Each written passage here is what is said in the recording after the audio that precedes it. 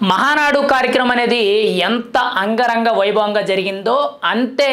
కొన్ని పార్టీలో మార్పులు కీలకమైన మార్పులు తీసుకురావడానికి టీడీపీ అధిష్టానం అయితే కొత్తగా కొన్ని నిబంధనలు తీసుకొచ్చింది 14 తీర్మానాలు అంతేకాకుండా 44 నియోజకవర్గాల్లో ఇన్ఛార్జీలను నియమించడం అయితే మార్పులు చేర్పులు చేయడం అయితే జరుగుతుంది ఇంకా అవే కాకుండా పార్టీలో ఎవరైతే రెండు సార్లు ఒకే పదవిని కలిగి ఉన్నారో వాళ్ళందరినీ కూడా వేరొక పదవిలోకి మార్చడమో లేదంటే ఆ పదవుల్లోకి కొత్త వాళ్ళని తీసుకురావడమో యువ నాయకత్వాన్ని పటిష్టం చేయడానికి పార్టీ బలోపేతానికి చాలా బలంగా కృషి చేస్తుందని మనం అయితే చెప్పుకోవచ్చు కానీ దీని అంతటికీ కూడా ప్రధాన కారణం నారా లోకేష్ గారు ఏదైతే కొత్తగా పదవులు చేపట్టారో ఆయనకున్న వ్యవహార శైలి ఆయనకున్న రాజకీయ తీరు ఆయనకున్న మాట తీరు ఏదైతే ఉందో ఇదంతా కూడా చాలా చర్చనీయాంశంగా మారింది అయితే నిన్న మహానాడు వేదికగా సీఎం చంద్రబాబు నాయుడు గారు మాట్లాడుతూ చాలా మంది ఎమ్మెల్యేలు కూడా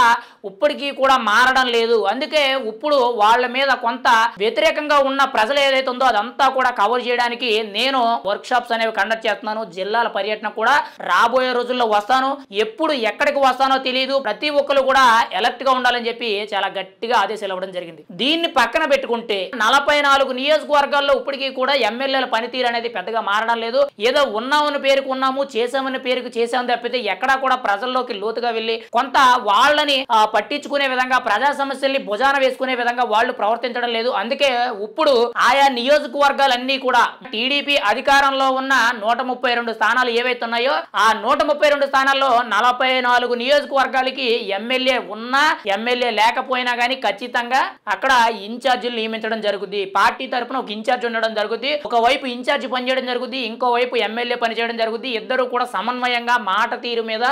మాట కలుపుకొని ప్రజల్లోకి వెళ్లి సమస్యను పరిష్కరించాలి పార్టీని ప్రజల్లోకి తీసుకువెళ్లాలని చెప్పి సీఎం చంద్రబాబు నాయుడు గారు చెప్పారు ఎందుకంటే చాలా నియోజకవర్గాల్లో కూడా గెలిచామన్న సంతృప్తి ఏదైతే ఉందో దాన్ని అడ్డం పెట్టుకుని పదవులు ఉపయోగించుకొని చాలా మంది ఎమ్మెల్యేలు ఉన్నారని చెప్పి మనం వాస్తవంగా చెప్పుకోవచ్చు సీఎం చంద్రబాబు నాయుడు గారు కూడా అదే చెప్పారు కానీ యువ నాయకత్వాన్ని పెంచడానికి ముఖ్యంగా నియోజకవర్గాల్లో మార్పులు చేర్పులు అధికారం అనేది ఒకరి చేతిలో నుంచి ఇంకొకరి చేతిలోకి ఇచ్చినట్లయితే ఖచ్చితంగా పార్టీ పటిష్టమయ్యే అవకాశం ఉంటుంది చాలా మందికి కూడా పదవులు దక్కాయి అనే సంతృప్తి కూడా ఉంటుందని చెప్పి ఈ కీలక నిర్ణయం తీసుకోవడం అయితే జరిగింది అందులో ముఖ్యంగా చూసుకుంటే అసలు టీడీపీ పార్టీలో ముఖ్యంగా పార్టీలో అధికారాలు పదవులు అనేవి మార్పులు చేర్పులు నిర్ణయం అనేది మొట్టమొదటిగా నారా లోకేష్ తోనే ప్రారంభం అనేటట్టు టీడీపీ అధిష్టానం అయితే నిర్ణయం తీసుకుంది అయితే టీడీపీ జాతీయ ప్రధాన కార్యదర్శిగా ఉన్న నారా లోకేష్ కి ఇప్పుడు టీడీపీ వర్కింగ్ ప్రెసిడెంట్ పదవి అనేది ఇవ్వబోతున్నట్లు పార్టీలో ప్రమోషన్ ఇవ్వబోతున్నట్లు చాలా కీలకంగా తెలుస్తుంది ఇప్పటికే కూడా టీడీపీ జాతీయ ప్రధాన కార్యదర్శిగా నారా లోకేష్ గారు 2 సార్లు పనిచేయడం జరిగింది మూడోసారికి వచ్చేసరికి వర్కింగ్ ప్రెసిడెంట్ ఖచ్చితంగా పదవి అనేది ఈ మహానాడు కార్యక్రమంలో